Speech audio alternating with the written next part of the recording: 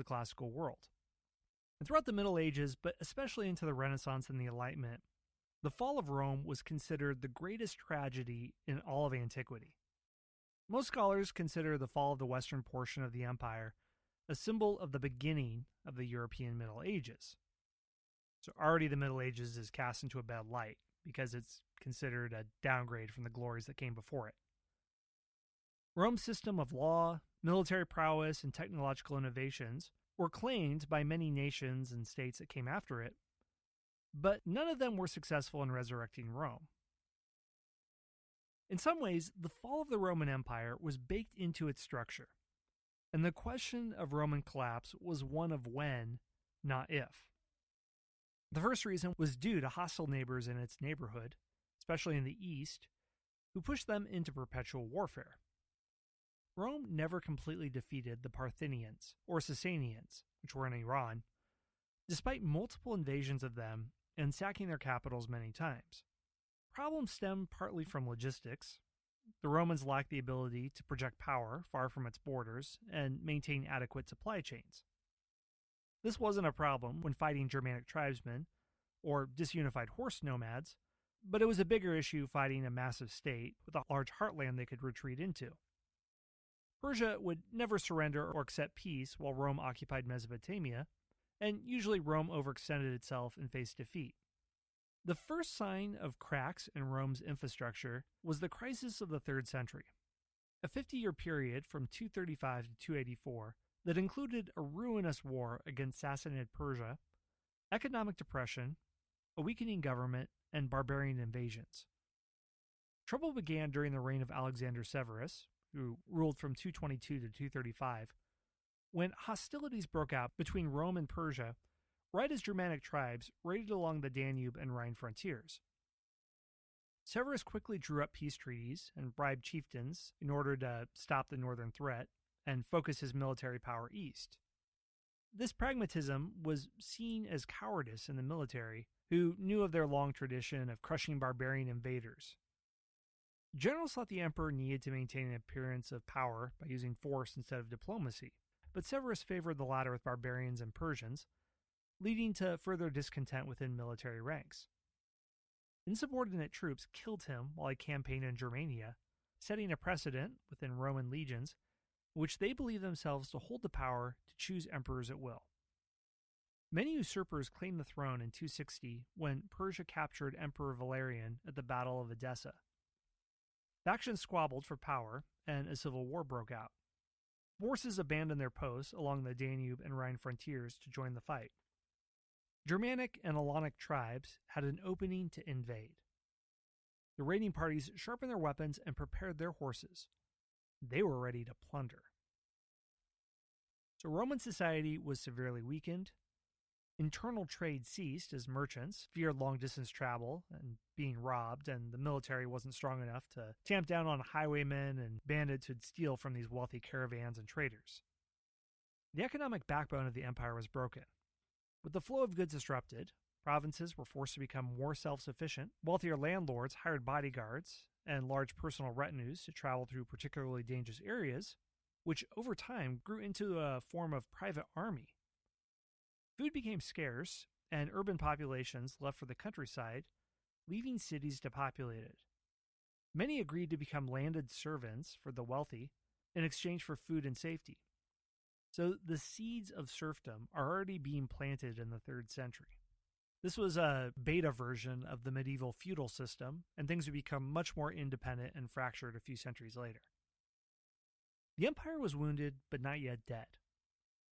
Rome had been disintegrating for over a century prior to its collapse, arguably after Emperor Diocletian's economic reforms had split the empire into 4 separate administrative zones, collectively called the Tetrarchy, in which each ruled by its own sovereign emperor and was responsible for protecting its own frontiers. This move would in theory address the decentralization problems accelerating in Rome and solve the problem of Rome defending its vast frontiers. But the system collapsed as each tetrarch tried to reunify the Roman Empire under their own rule.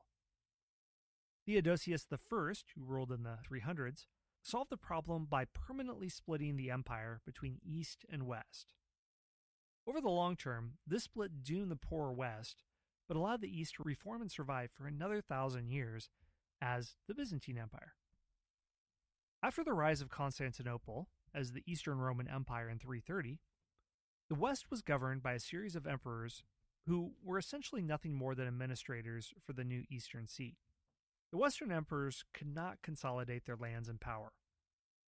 These emperors used the cities of Trier, Milan, or Ravenna as often as Rome for the seats of their rule, but the crises of the 3rd century wounded local and regional governments more severely than in the East.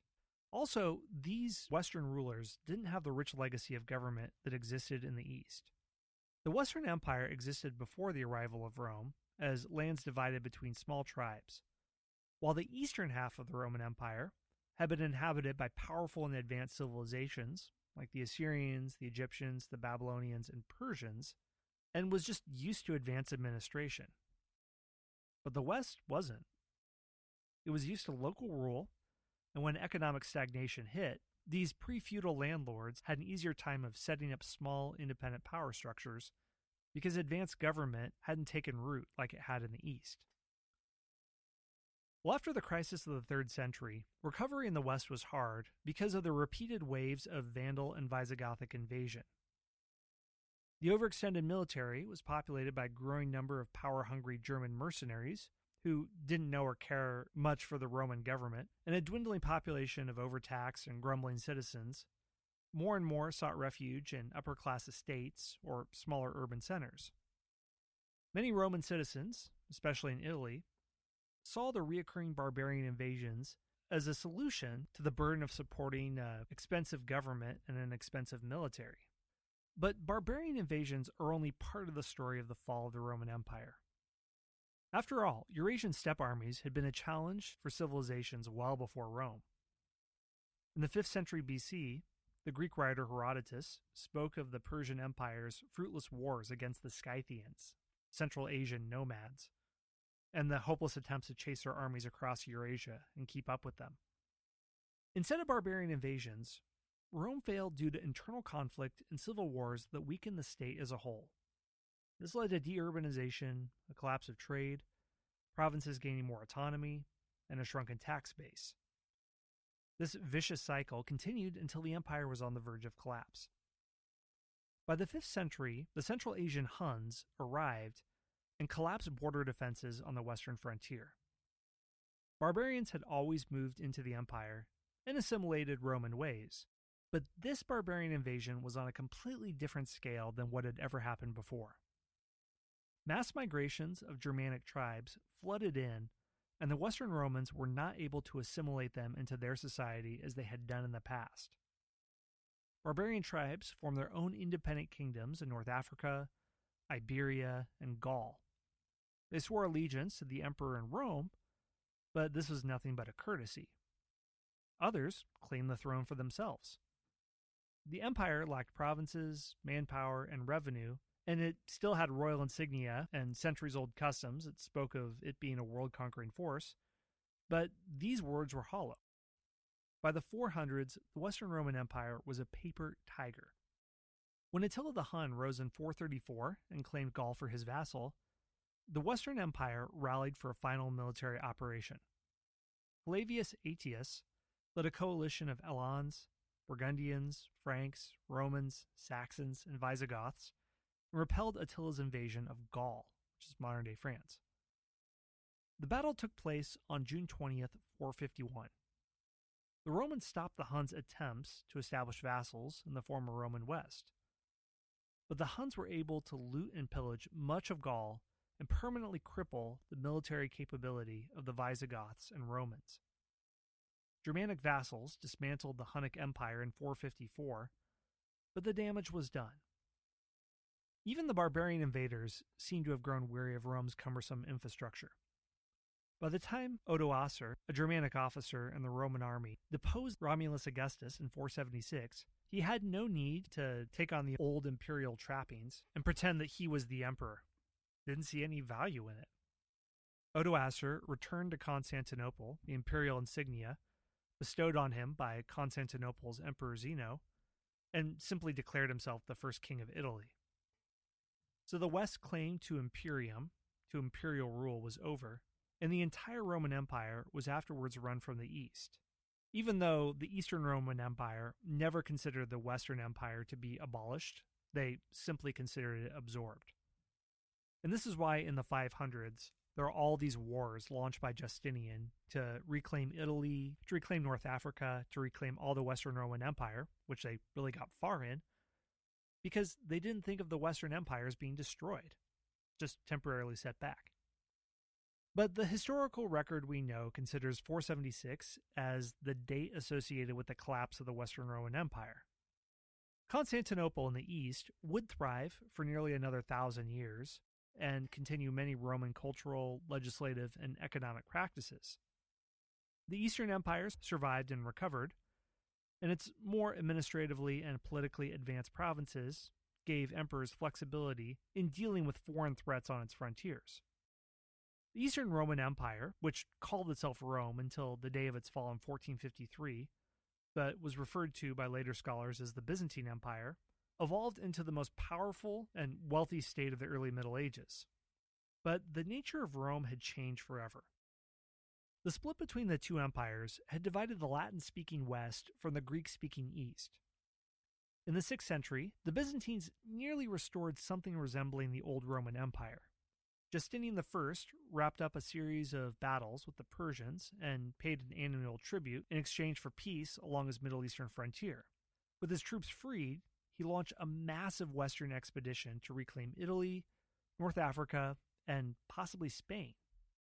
His brilliant general Belisarius led the expedition, and he accomplished nearly all these goals, even reaching Spain, although not conquering it, proving that the Roman martial spirit still lived on. But the power of Constantinople never approached that of the original empire. After the crippling Byzantine-Sassanid War of 602 to 628 and the rise of Islam, which captured the wealthy provinces of Syria and Egypt, the Eastern Roman Empire was reduced to a regional power. Religious differences sharpened between the East and the West. Signs of a split were already clear during the 7th century rise of Islam.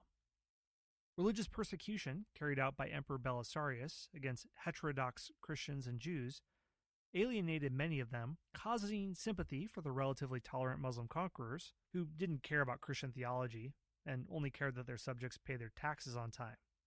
And the split between East and West, even within Christianity, continued to sharpen over time. The Catholic liturgy, delivered in Latin, and the Orthodox liturgy, which was spoken in Greek, heralded the Great Schism of 1054 between the Eastern and Western churches, where they excommunicated each other.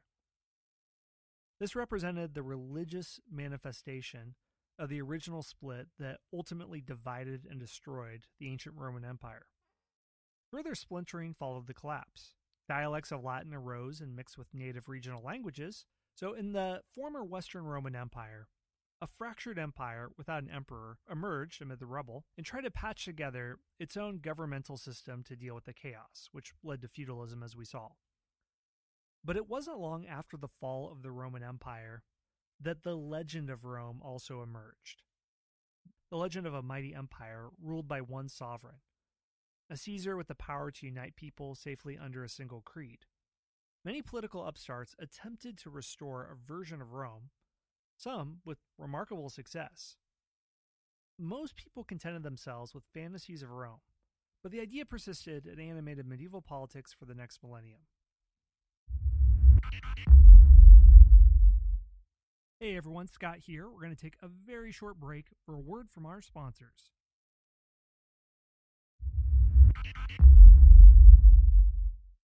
The rest of this episode, someone I'd like to focus on who's probably more emblematic of the Middle Ages than anyone else is Charlemagne. Charlemagne tells us a lot about the Middle Ages, even though his life is so surrounded by legend. And I want to mention the legend around his life because that's a good entry point into describing why it's so hard to know a lot about the Middle Ages in this period. Here we go. Chronicles are often the only historical source of medieval events, which is too bad because oftentimes they're difficult to trust. The first issue is that of time. They're nearly always written hundreds of years after the events they describe. From the time in which the event happens until news reaches a monk in a monastery scriptorium,